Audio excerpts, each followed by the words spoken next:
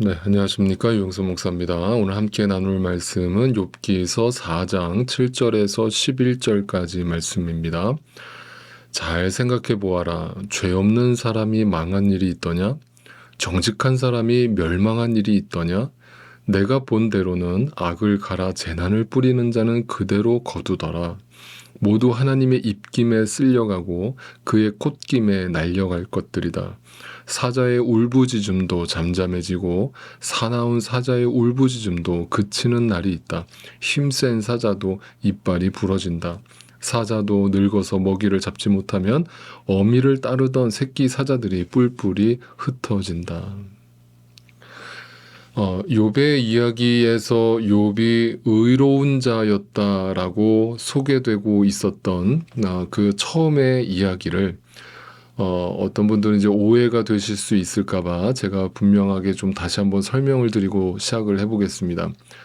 욥이 의로운 자였다라고 등장하는 그 성경의 이야기를 욥은 완벽한 자였다. 욥은 하나님 보시기에 도덕적으로 모든 부분에서 정결한 자였다라는 그런 뜻으로 오해를 하시면 안 되겠습니다.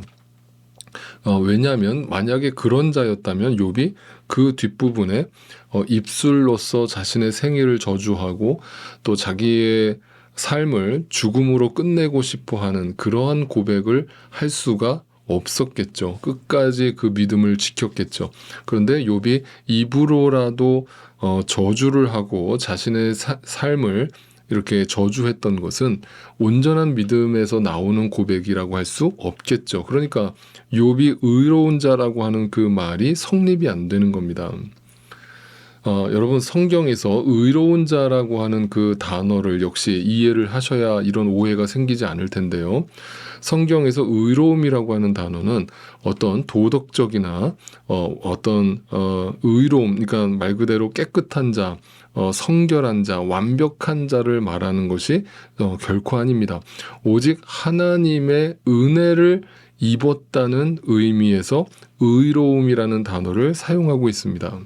그러니까 예를 들면 앞에 노아도 마찬가지였죠. 노아도 당대의 의로운 자였다라고 소개를 하고 있습니다. 그러나 노아가 완벽한 자가 아니었다라는 것을 우리는 알고 있죠. 노아가 방주에서 나와서 포도주에 취해서 발가벗겨진 채로 잠을 자는 그 노아의 모습을 우리는 확인하지 않았습니까? 그러니까 노아는 결코 완벽한 사람이 아니라는 것을 성경은 증언하고 있는 거예요. 그러니까 성경이 말하는 의로운 자라는 것은 그가 하나님으로부터 은혜를 입은 자라는 뜻으로 이해를 하실 필요가 있습니다. 자, 그래서 그 의라고 하는 것은 righteousness는 신약 성경으로 넘어와서는 그 의가 곧 예수 그리스도라고 말하고 있습니다. 그리고 그 예수 그리스도가 그 십자가에서 의를 확정 지은 것이라고 설명하고 있는 겁니다. 그 십자가의 은혜가 바로 의가 되는 것이죠. 그래서 모든 인간이 의인이 되려면 모든 인간은 죄인이기 때문에 모든 인간이 의인이 되려면 나의 허물과 죄를 용서하신 그 십자가에 달리신 예수 그리스도를 의로 여기고 그것을 영접하고 믿을 때에만 비로소 우리 죄인된 우리에게도 의가 주어진다라는 것을 알게 됩니다. 다시 말하면 그 의는 구약이나 신약이나 성경 전체에서 전부 다 하나님의 은혜와 긍휼과 자비를 나타내고 있는 단어라는 뜻입니다. 자, 그러니까 성경이 말하는 의는 다시 말씀드립니다. 윤리 도덕적 순결함이나 완벽한 선을 말하는 것이 결코 아닙니다. 하나님의 용서와 자비와 긍휼과 은혜를 입은 자라는 사실 절대 잊지 마시기를 바랍니다. 자, 로마서에서 이것을 좀 더 확인하고 넘어가 보겠습니다. 제가 지금 여러분께 설명드린 내용이 과연 성경에 있는 것인지 한번 확인하고 넘어가죠. 자, 사도 바울이 모든 인간은 죄인이다라고 선언했던 로마서 3장에서 자, 그 내용을 구체적으로 설명을 해주는데 우리에게 구약 시대를 통해서 율법을 주신 이유를 먼저 이렇게 설명합니다. 자, 로마서 3장 19절로 가보겠습니다. 자, 율법에 있는 모든 말씀이 율법 아래 사는 사람에게 말한 것임을 우리는 압니다. 그것은 모든 입을 막고, 자, 거기 모든 입에다가 밑줄을 쳐놓으세요.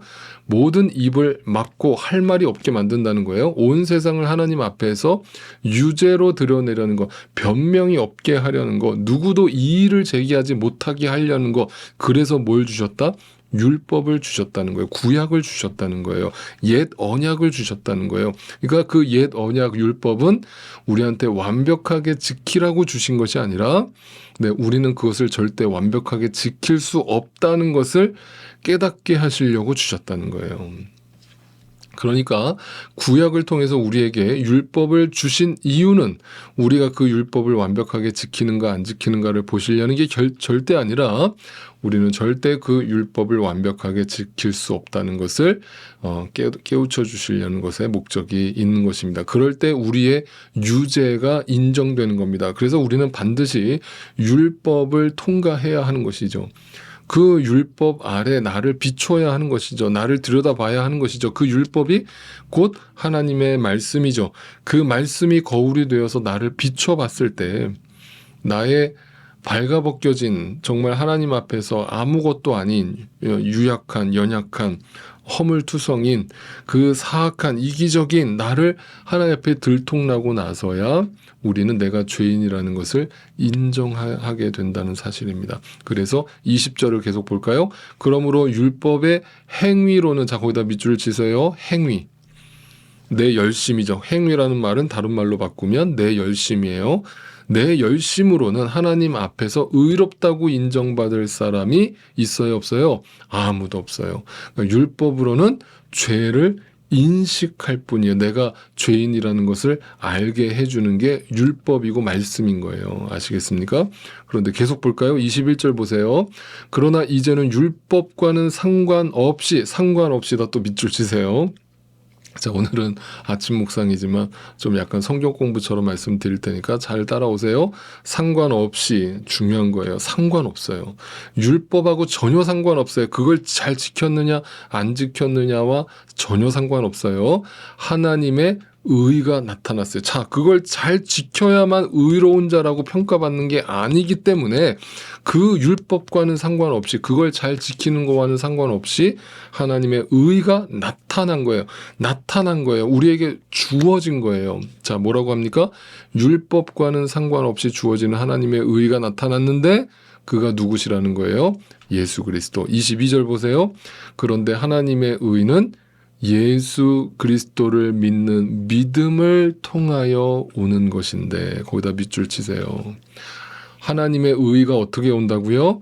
예수 그리스도를 믿는 믿음을 통해서 주어지는 거예요. 우리의 열심이 아니라, 율법을 통해서가 아니라, 그걸 통해서 모든 믿는 자에게 네, 주어지는 것이 하나님의 의다, righteousness다.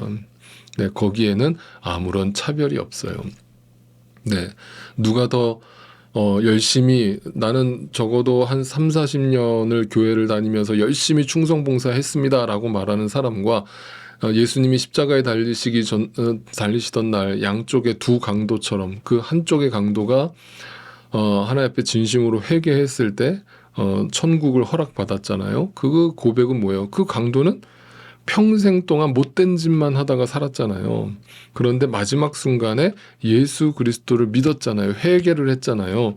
그런데 그 자가 하나님 앞에 의를 입었죠. 네, 의로운 자라고 칭함을 받았죠. 그러면 우리 인간적 상식에는 그 마지막 순간에 믿은 사람과 평생 신앙생활한 사람이 어떻게 똑같이 하나님의 의에 이룰 수 있습니까? 라면서 불공평하다고 여길 수 있겠지만 아니라는 거예요. 하나님의 은혜는 차별이 없다는 거예요. 네, 우리의 생각과 다르다는 거예요. 그래서 그 의가 어떻게 주어지는 겁니까?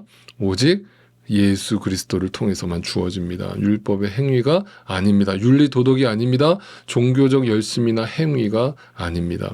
은혜입니다. 사랑입니다. 용서입니다. 덮어줌입니다. 자, 이제 이 얘기를 생각하고서 오늘 욥기의 이야기를 읽으면 분명하게 이해가 되실 거예요. 오늘 본문의 욥의 친구들이 내놓는 그 변론은 왜 성경에 대해서 무지한 고백인가를, 왜 무지한 논리인가를 알고 읽으셔야 돼요. 엘리바스가 욥에게 이렇게 말하죠. 야, 생각해봐, 욥. 죄 없이 망하는 자가 있겠냐? 야, 정직한 자가 설마 망하겠냐? 야, 뿌린 대로 거두는 거야. 라고 하는 권선징악이라는 차원에서 욥의 신앙을 평가하고 있잖아요. 그래서 뭔가 욥에게 죄가 있을 거라고 계속 의심을 하고 있잖아요. 분명 네가 의인이라고 생각하지만 뭔가 하나님 앞에서 미흡한 행위가 있었을 거야. 뭔가 하나님이 원하시는 걸 네가 안 했을 거야 라면서 눈에 보이는 행위만을 가지고 그의 신앙을 평가하고 있는 거잖아요. 그의 의를 평가하고 있는 거잖아요. 이게 뭐예요? 율법으로서 그 욥의 의를 평가하고 있는 것이죠. 이것은 전혀 성경적이지 않은 평가라는 것이죠. 그러니까 다시 말씀드리지만 율법으로서 눈에 보이는 행위로서 우리의 믿음과 신앙을 평가할 수 없다라는 사실입니다. 여러분 절대 잊지 마십시오. 절대 착각하지 마십시오. 욥은 아무리 도덕적이고 착하게 살고 아무리 악을 멀리하고 살았다고 해도 성경적 관점에서 보면 그도 인간이고 그도 죄인이라는 사실을 잊지 마십시오. 욥과 그의 친구들은 이것을 알지 못했기 때문에 무려 40장까지 이어지는 길고 긴 논쟁에 사로잡힌 거예요.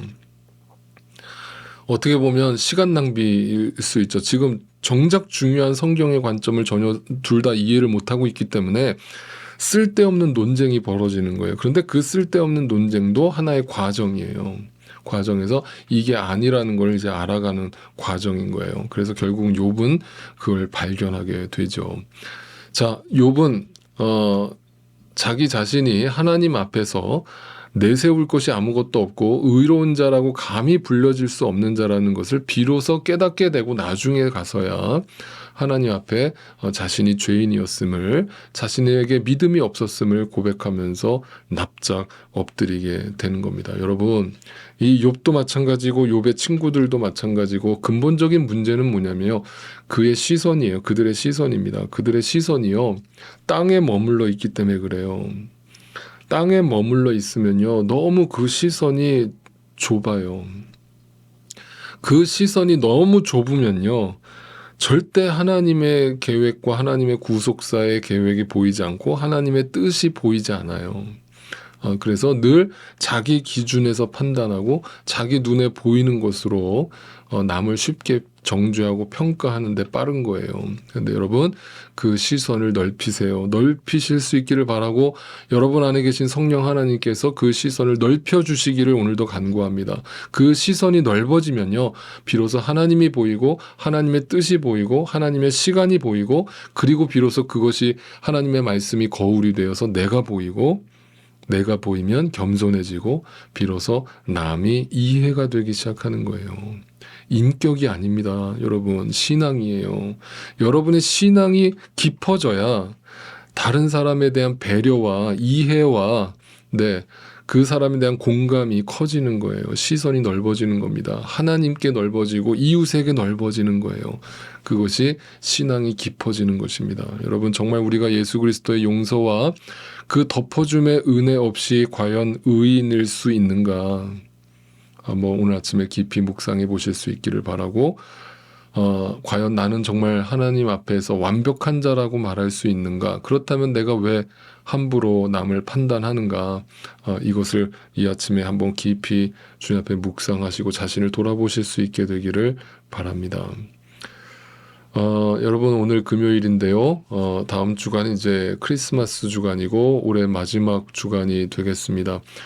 주님 안에서 복된 성탄절 보내시고 또 가족들과 의미 있는 한 해 마무리를 또 잘 하실 수 있기를 바랍니다. 다음 주 아침 묵상을 한 주 쉬었다가 새해 첫 주부터 다시 여러분을 찾아뵙도록 하겠습니다. 복된 성탄절 보내시기를 바랍니다.